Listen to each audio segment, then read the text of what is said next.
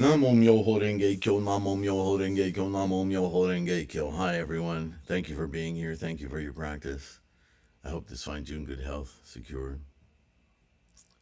Scholarship. What do we mean when we say that? If you haven't watched the previous video, I'm just reading through the foreword that I wrote for my current retranslation and annotation of the Lotus Sutra via Nichiren scholarship and our modern practice, trying to get rid of all the biases, the cultural biases, religious biases that tend to seem to be attached to every single translations I've read, no matter how scholarly or academic. It's upsetting to me because those little errors, they accumulate and they create a lot of confusion in what should be a very straightforward practice. So that's my mission with this school, Threefold Lotus Kwon. That's what our Sangha is relying on for clear, direct practice. And Nichiren is our mentor in that. Nichiren is our exemplar in that. I mean, he spent his whole life doing this, trying to get the muck out of the way so we would just practice exactly as Shakyamuni was pointing for us to do, to discover for ourselves. Self-realization, yes? All right, so we're halfway through. Scholarship from Ananda to Nichiren and all the scholar monks in between, right? Miaolo, Tendai, Saicho, Nagarjuna, Vasubandhu, so on and so forth. Nichiren's writings offer a latter day, a mappo, elucidation of the full breadth of Shakyamuni's Buddha's intent and the proper attitude for correct and effective practice. This is Nichiren. This practice, quote unquote, being designed to awaken the mind from its cravings and clinging to a living experience happening in immersion of the process of life itself, rather than creating warehouses of impermanent and false reality. I mean, in as few words as I could say it, that's Buddhism and certainly Nichiren's bent on making sure we understand that it's not some flowery, magical, mystical mystery tour. That Buddhism is very pragmatic, very down to earth, very let's get this life at its maximum. I've already covered some of that. This practice being designed to awaken the mind from its cravings and clingings, so on and so forth. Nichiren has provided us with modern tools created directly from the pages of the Lotus teaching of the wonderful Dharma. His writings still contain exigencies for the capacity of the people of medieval Japan, and yet remain cogent to our 21st century issues and distractions. Don't you find that? When you follow along in the playlist that I have for Nichiren Gosho, don't you find a lot of the issues that he's talking to his constituents about resonate? I mean, we're not samurai, but in a way, we're not that far, right? And the issues, the politics, the personal issues, women's issues, he hits them head on, and it's very straightforward stuff. And we haven't changed much since then. So they're very contemporary takes on our experience of life and certainly our practice of Buddhism, yeah? So, Nichiren locates his life and work in relation to Shakyamuni's foretelling of this age or era, within which is a human capacity to inherently manifest this awakened mind directly and quickly by invocation of the Lotus method or teaching. Nichiren's brilliance was his understanding of the physical and study tools necessary for our modern minds to quickly focus and connect with our mind's portal to the Buddha experience, or I, the Buddha I.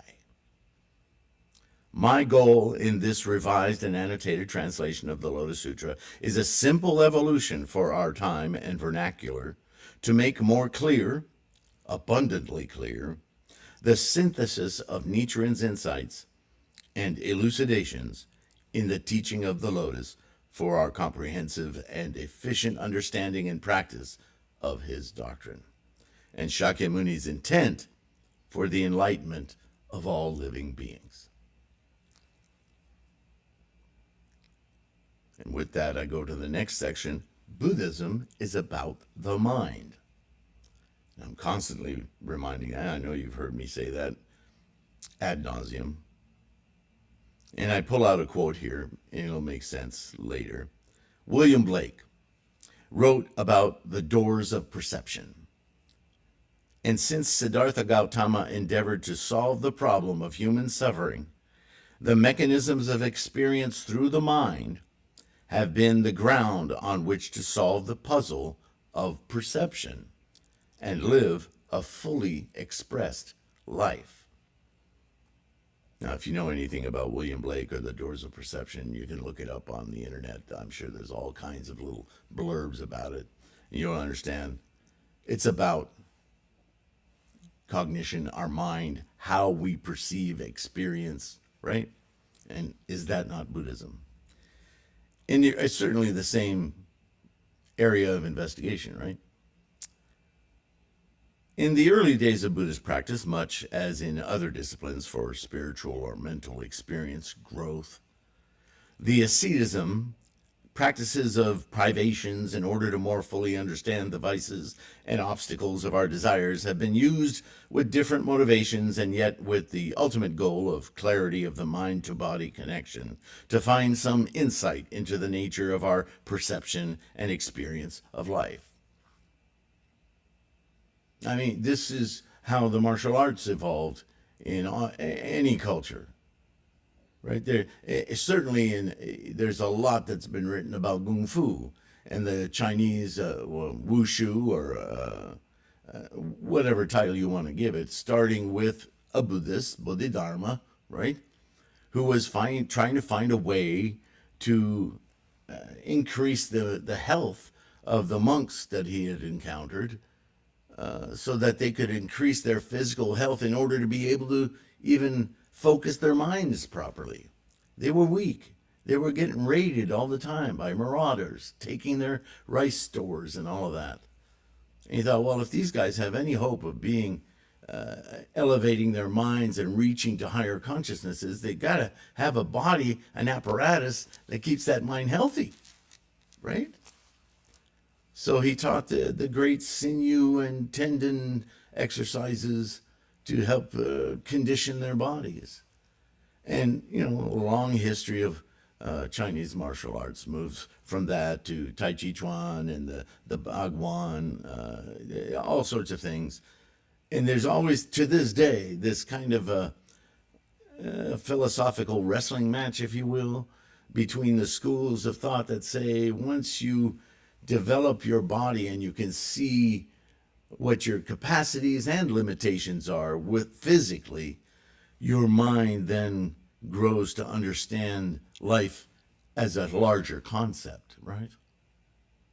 If only that you will learn the incredible fragility of human physical life, and thusly discover how controlling your temper or your reaction to something is vital, because you will develop a compassion for the person who may be your perceived foe, your enemy, as somebody whose life you could take away. It's such a brief moment that your whole desire, as it were, to inflict pain on this person is not only diminished, but becomes a revulsion. I don't even want to feel that. Let's not do that, right? It's a rather Buddhist kind of way to think in a very violent practice, yes? So that's putting the body before the mind. Then there's the philosophy that says, if you can cultivate your mind, use these exercises to create a strong body to support the evolution of your mind, you will come to that same place and you will have a healthy body. But the mind first will allow you to see the potential you have in your violent expression of energies, and you will diminish the desire to do so. So the two work hand in hand. Which is primary, which is secondary? Yeah. As Buddhists, we're just concerned with health altogether, with all life and human beings, yeah? Remember all the prohibitions of early Buddhists about what they eat, what vegetables, what smelly this and smelly that. There were a lot of cultural realities to that. But all of it was about cultivating a body that was supportive of a developing, growing enlightenment of the mind. Or was it the enlightenment of the mind would then be conducive to better conduct for promotion of health? You could go on and on about this, right? Okay, excuse me. To find some insight into the nature of perception of the experience of life. Buddhist efforts, though, were not to discover some higher external force or logic at work within or upon the human body or mind. Rather, it was the mind's ability to construct reality anew with deeper insights. That was the training of ascetics.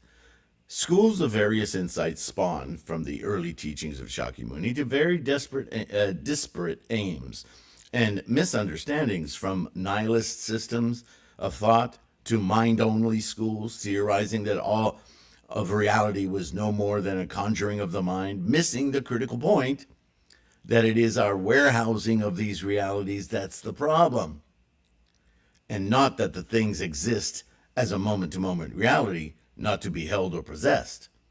A lot of people still make that mistake. In order to attain enlightenment, do I need to, like Medicine King, get rid of the body? No. The body's not the problem. It's the implied importance of the identification of the body as the self that needs to be gotten rid of, right? As I've already mentioned, the body is incredibly important because it allows us to manifest this amazing mind, this perceptive screen, right? This theater of life, watching it. But warehousing all those snapshots, that's ridiculous. That's hoarding. That's not living, right?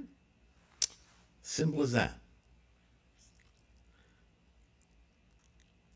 In India, a place of ancient societies, they had many various and priori cultural norms to unravel.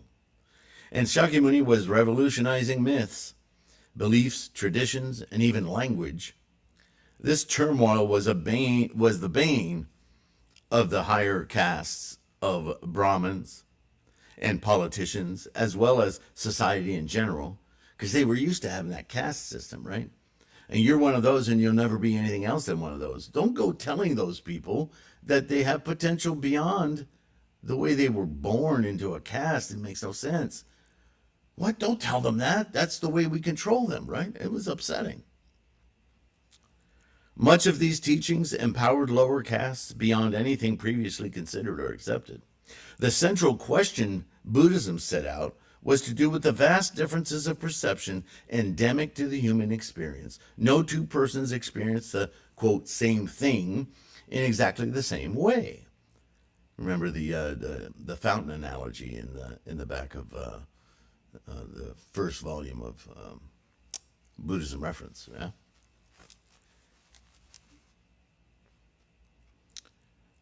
That perception equals experience seems simple enough, but how is perception related to the actual authentic object of perception?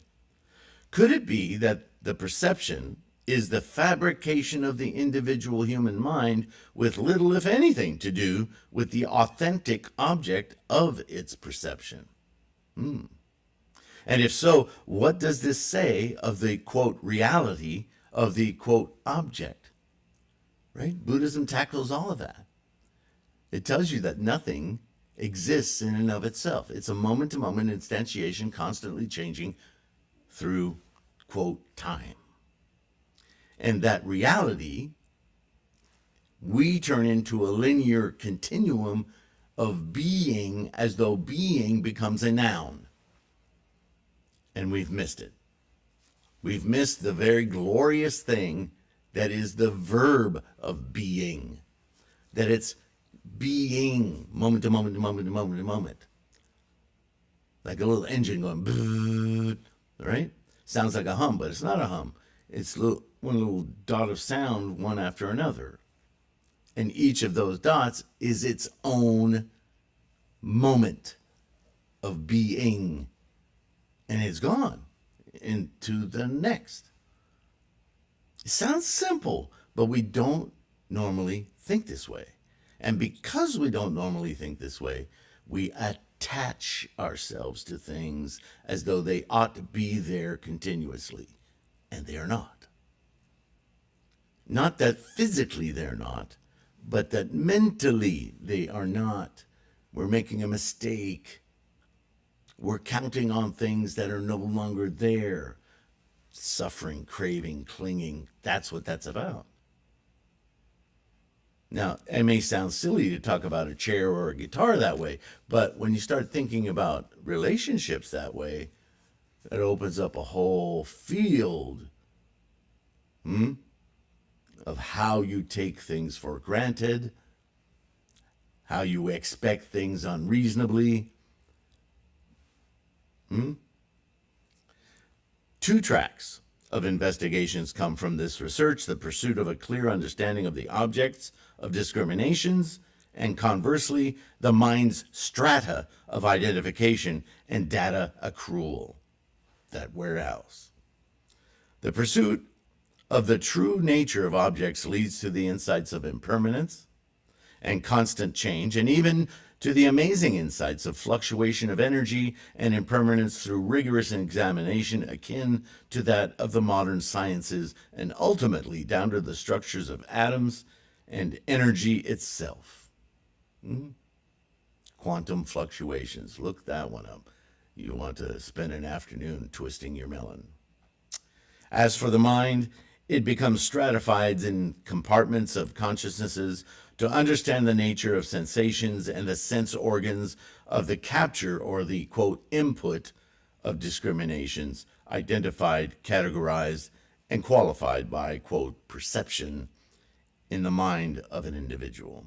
And that brings us to stratification of the mind. Well, of course it does, Sifu.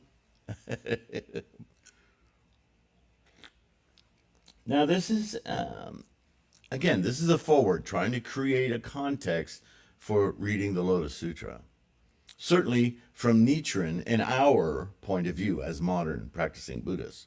So the stratifications of the mind becomes not something that you have to understand deeply or know, but just knowing about it, just having it, again, as the wallpaper in our room of context.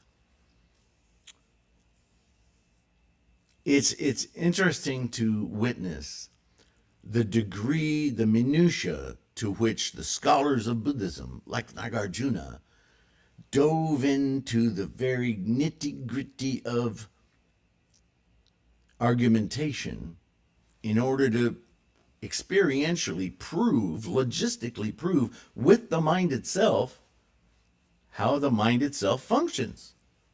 No guesswork here. Just really interrogate, analyze with rigor. Don't let anything slip. And if you can show how this interpretation is wrong, then let's look into it.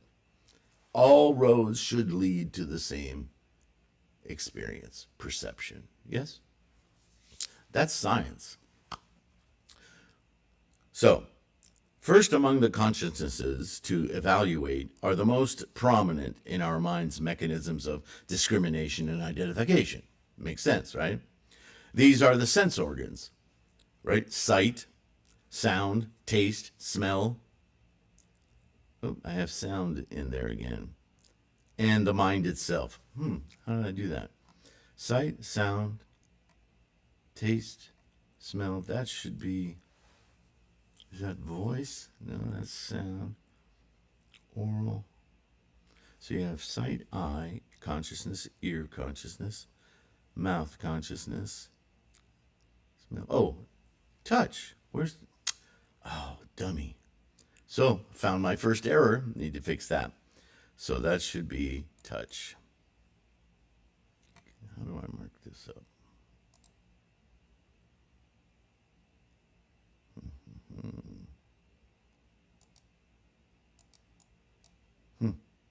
Don't know how. Okay, well, I'm glad we found that, so I got to remember that. All right, so these are the skandhas, right? The first 5 aggregates. Vasubandhu really dove into that. Each of these consciousnesses are responsible for what? Specific, how do I get out of this now?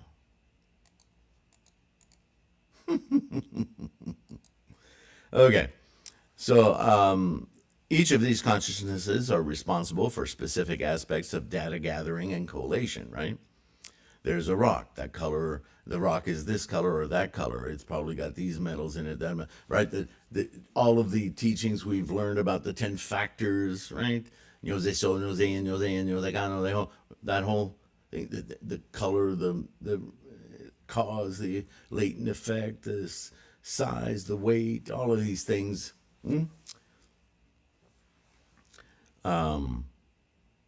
Eye consciousness gathers data on color, size, appearance, movement, etc. This is developed in tandem with the necessary characteristics of the objects of perceptions as we find defined in Buddhist teachings in the 10 factors of all phenomena enumerated in the 2nd chapter of the Lotus teaching: appearance, nature, entity, power, influence, internal cause, relation, latent effect, manifest effect, and consistency from beginning to end. We chant that every day when we do Gangyo. Now, in the forward, I give you the full explanation, as in internal cause, nyose in, N.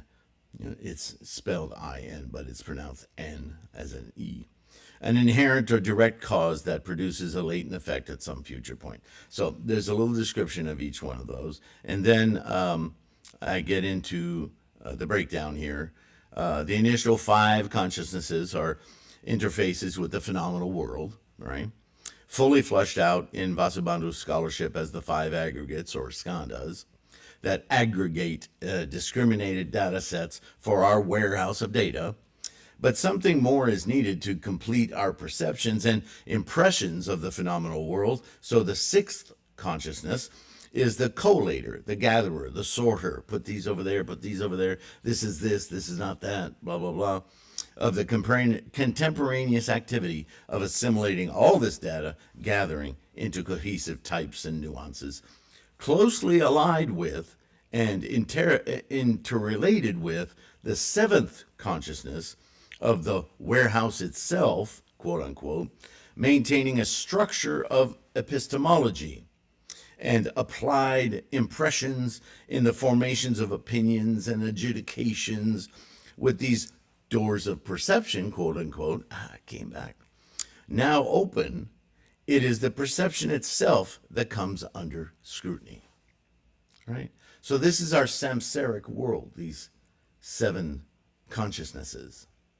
And they make their assumptions based on a freight train of energies that constitutes our context, Bob's context, Sylvain's context, Shamalika's context, right?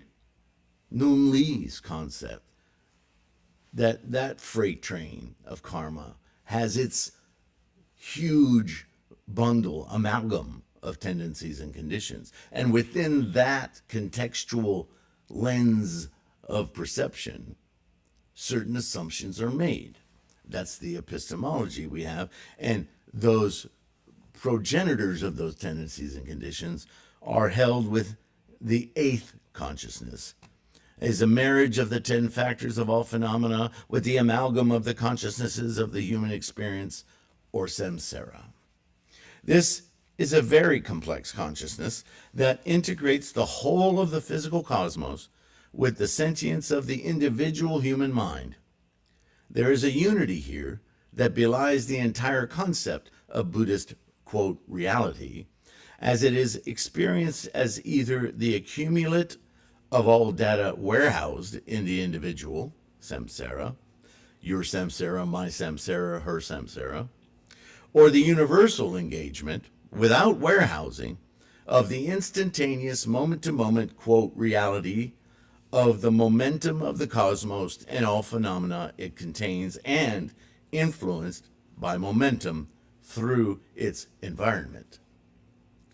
As indicated earlier, all objects are fundamentally impermanent, instantiations of constantly changing potential, creating inertia. Humans, animals, plants, trees, stars, galaxies are also like this. All phenomena are simply various expressions of amalgams of energy as formations in the realm of form. From potential, quiescent energy, through formations, manifesting tendencies and conditions, this inertia provides an endless variety of forms to arise. Understanding a chart of the fundamental elements in the average chemistry classroom will reveal the basic building blocks of every known amalgam of molecules yet created and possibilities of new additions. Formations into fundamental elements and forces come to render molecules, come to render complex structures of gases, liquids and solids, plants, trees, and ultimately, you and me. The vast amalgam that culminates in a human form from this engine of life is karma. And because all life, quote unquote, is dynamic, non-static, and constantly moving, this karma is malleable. Karma is malleable via influence from its own tendencies and conditions, but to the amazing construct of the eighth consciousness, it is additionally influenced by the input of the samsaric consciousnesses, imposed cravings and clinging. That is to say that our human perceptions, epistemology, and the actions in thought or speech and body all impress upon our amalgam of karma and thereby affect our trajectory in life from moment to moment, requiring our vigilance in being mindful of our attitudes and intent. But this trajectory is bound by the warehouse of samsara. This samsara warehouse of human identification, built of possessions and discriminations and a constant craving for more, as well as a cellular clinging to all items in the accrued warehouse, constantly impose their weight onto our attitude and intent, and in short, our experience. So now we come to the penultimate section of the foreword, Buddhahood and stuff. Seed of Buddhahood, Buddha mind, Buddha nature, and more. The variety and breadth of meanings of these often used terms shifting through the history of Buddhist texts can be another source of confusion. Nichiren settles these terminologies within his doctrine of practice. For Nichiren, the, quote, seed of Buddhahood is the Daimoku of the Lotus Sutra, Namo Myoho Renge Kyo. With the titular lotus blossom, Renge, the Daimoku includes the instantaneous, quote, blossom of Buddha as the seeds are planted.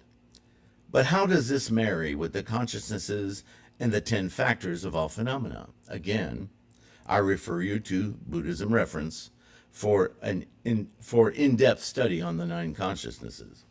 A brief summation takes us to the 9th consciousness. Nichiren invokes the 9th consciousness as the sentient mind's innate, inherent capacity for Buddha awareness. Nichiren didn't invent it. He's just pointing out that Shakyamuni's been talking about this all along. you need to understand, Nichiren didn't invent Buddhism. We don't practice Nichiren's Buddhism. We practice Nichiren's doctrine of Shakyamuni's teachings, his ultimate teaching in the Lotus Sutra.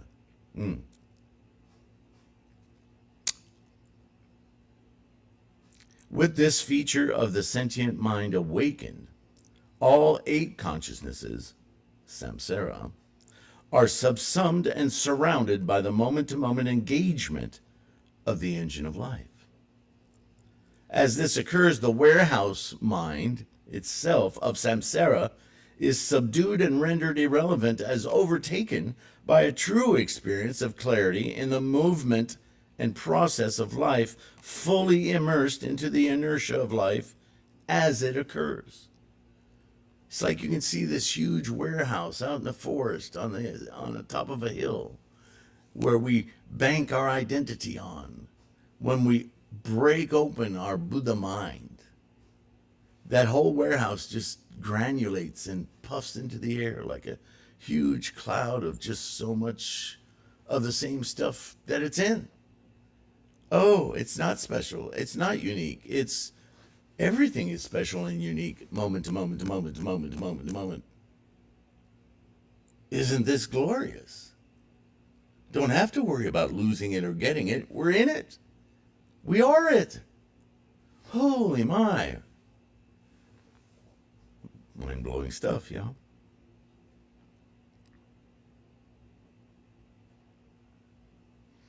By chanting, sowing the seed of Buddhahood, or Buddha consciousness, in other words, little moments of awakening, invoking Buddha, the daimoku, one immediately instantiates the Buddha capacity of the sentient mind.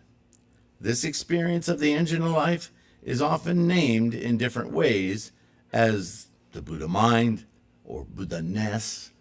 The idea of the term Buddha nature is simply the term for this potential rather than the experience itself.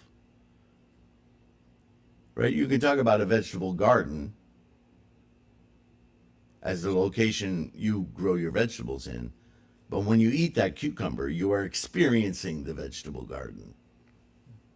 So Buddha nature, everywhere, all the time, moment to moment, sentient mind capacity for experiencing it.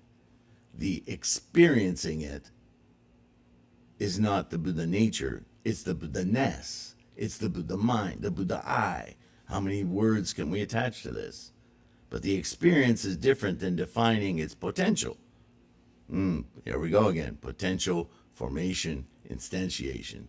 Potential, Buddha nature, daimoku, formation, Buddha-ness, instantiation.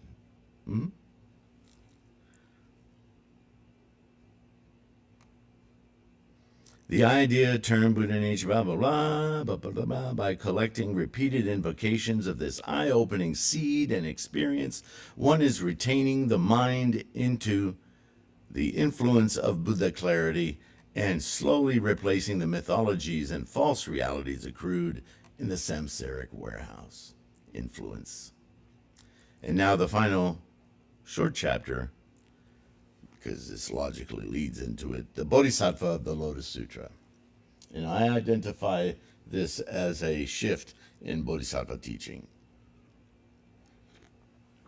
If only for the reason that the Lotus Sutra is focused on the reality, the end goal, the initial goal of Siddhartha, to live this life fully. That Buddhahood is instantiatable now, immediately. As Nichiren would say, by chanting the daimoku. A few words here on one of the controversies in Buddhist scholarship. I don't know why it's a controversy, but people can make a controversy out of anything, right? We read of the 3 vehicles of Sravaka, Pratyeka Buddha, and Bodhisattva, the Bodhisattva of the Tripitaka canon of teachings, those adhered to by the early Hinayana or Gama or Theravada, Tibetan sects, all maintain this false teaching or counterfeit or semblance teaching of the false nirvana prior to the Lotus Sutra. As the Lotus Sutra specifically requires much more effort and aspiration to awaken the Buddha mind in our present form and life, for the earlier texts, this present Buddhahood is simply not possible or within reach, requiring a multitude of lifetimes and ages to encounter and to be bequeathed only by an extant Buddha. It's ridiculous. But this is the level of people's understanding. I think human beings, they just love to be relieved of responsibility. They'll work hard towards something, but ultimately, if someone else grants it to them, then they don't have to feel like it's on them to achieve it. It's a strange dichotomous mind. Be that as it may. With the Lotus Sutra, these misunderstandings of earlier schools and monks are obliterated, unless they don't choose to see it. So too are the three vehicles annihilated, right? There are no, who is it talking? Subhuti. There are not, or was it, I'm sorry, it was Shariputra. There are not three. There are not two. There is only one great vehicle to Buddhahood. This Myoho Renge Kyo. There are not three, much less two. There is only one. So the Bodhisattva of the Lotus Sutra could be interpreted as an entirely new Bodhisattva teaching a fourth vehicle, if you will. This fourth vehicle is subsumed in the one Buddha vehicle Dharma teaching. Is that technically what it's called? Nobody calls it that. Some might, just in their argumentation of, this is a different school. I would say it's an extension of what Bodhisattva has meant all along, because I don't see Shakyamuni's earlier teachings as being either wrong or teachings of a completely different sort than the ultimate teachings of the Lotus Sutra and the Nirvana Sutra. I see all of his teachings trying to say the same thing, but to a different audience and trying to move them along, and the stubbornness of the audience getting in the way of them getting past these cultural norms that they hold so precious. This is why he had to create the conjured city, right? All right, let me give them the goal of at least, I'll explain nirvana as a letting go of all these attachments, and maybe by the time they get there, they'll get it. But they didn't. They became arrogant, right? The arhats who get up in the middle of the beginning of the Lotus Sutra and go, we don't need to learn anymore, and they're gone. And Shakyamuni didn't treat them with a lot of respect, right? In H. Kern's translation, he said, well, now that the trash is gone, right? In many ways, he was not impressed, and he didn't say a word. You want to leave? Right? So, is this of critical importance to the achievement of our practice of Nichiren's doctrine? I think it is interesting, but more academic in its study than an actual affect to the teachings of Shakyamuni, and further on through the lineage of scholar monks leading to Bodhisattva Nichiren. For more on this, a reading of the Conjured City or the Apparitional City parable in the 7th chapter of the Lotus Sutra is very clear on the temporary target used by early students of Shakyamuni to hold their commitment to study and practice. That's all that was. With the ultimate Mahayana of the Lotus, this temporary respite is removed to cause the students, monks, to aspire to the full goal of the Buddhist teachings for immediate and complete enlightenment in this lifetime. Now, That's the end of the forward. I think my goal in the forward was to create a context for the next chapter, which is the Sutra of Innumerable Meanings, chapter 1. And I've included the innumerable meanings and the meditations on universal virtue at the end as the opening or the prologue and the epilogue of the 28 chapters of the Lotus Sutra. So the whole thing is in here, right? This is the Threefold Lotus Sutra. And after the first paragraph in here, I have my own paragraph italicized and in parentheses to indicate that this is my annotation. I think it'd be pretty obvious once you start reading it. And I'm throughout all of the book here. So there'll be, to be certain, there will be plenty of areas where I shut up and let you go ahead and read what's there with text that I've already done as my diligence in removing cultural and religious trigger words, improper words don't belong in there, and replacing them with more clear terminologies that uphold the meaning of what Shakyamuni, or the translation should refer to as Shakyamuni's teaching, yeah? Where it made sense, I introduced Nichiren's thinking, because after all, that's what we are practicing, even though I'm infusing 13th century Bodhisattva scholar thinking in a 2700 century old text, pretty much, yeah. But since we're all over the map on these, when this was written, in what language, and translated by whom, and so on and so forth, I don't think, especially since Shakyamuni uses the device of time as an obliterated kind of get that time issue out of your head thing, I don't have any problem sticking Nichiren in the middle of it. It makes it much more, to my thinking, relatable to our current practice. So I'll be curious to see how you guys receive this. I hope it's all about making this is such an important teaching, to make it more relatable, clearly relatable to our lives today and how we practice. And so I'm looking forward to what I was going to say. There are sections where I have a lot to say, usually after the chapter is done. I'm trying not to interrupt the flow of the reading, although sometimes it's just opportunity and makes sense.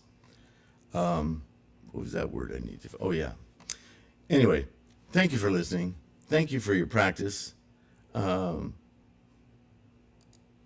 really, really appreciate it.